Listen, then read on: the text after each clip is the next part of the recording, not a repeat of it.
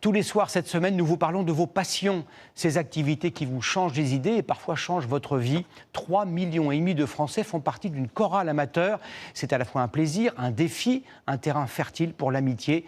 À chacun son registre, de Johnny à Mozart, des lacs du Connemara au gospel. Tous les goûts sont dans la tessiture. Reportage à Strasbourg de notre trio a cappella, Kélian Yousfi, Joseph Pasquier et Laurence Lospierre. Voulez-vous mettre debout, s'il vous plaît? Silence. 3, 4.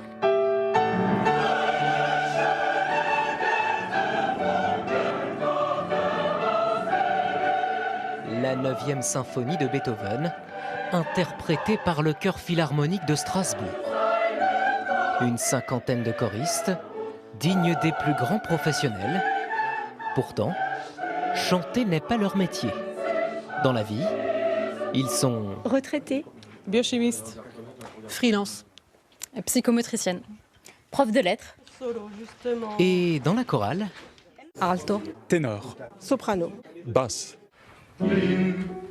Des profils variés, avec pas moins de 17 nationalités, unis forcément par l'amour du chant.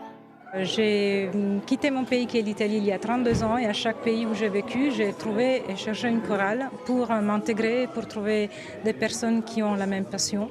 Ah ben ça donne un sens à la vie. Et à celle de Catherine Bolzinger, la seule à en avoir fait son métier. Je canalise les affects.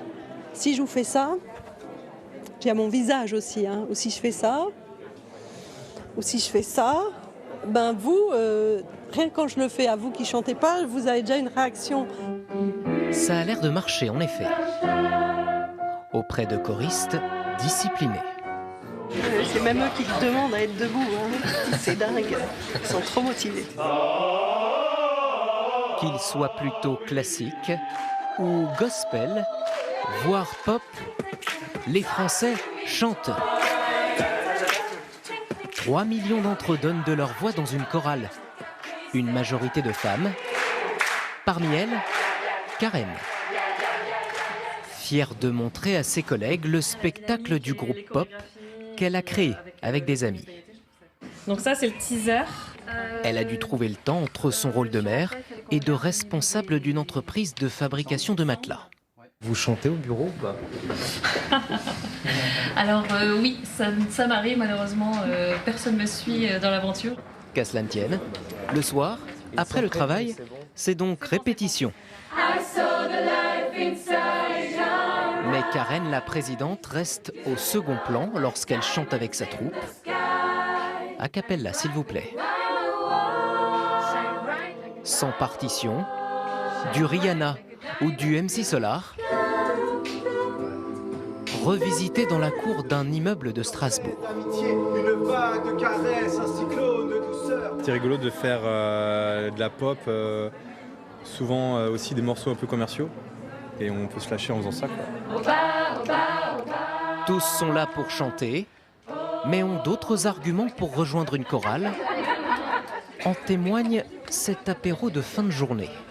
Pourquoi je prends plaisir à chanter? Parce que c'est, je crois que ça se voit, c'est du partage, c'est hyper humain, c'est connecté avec des gens.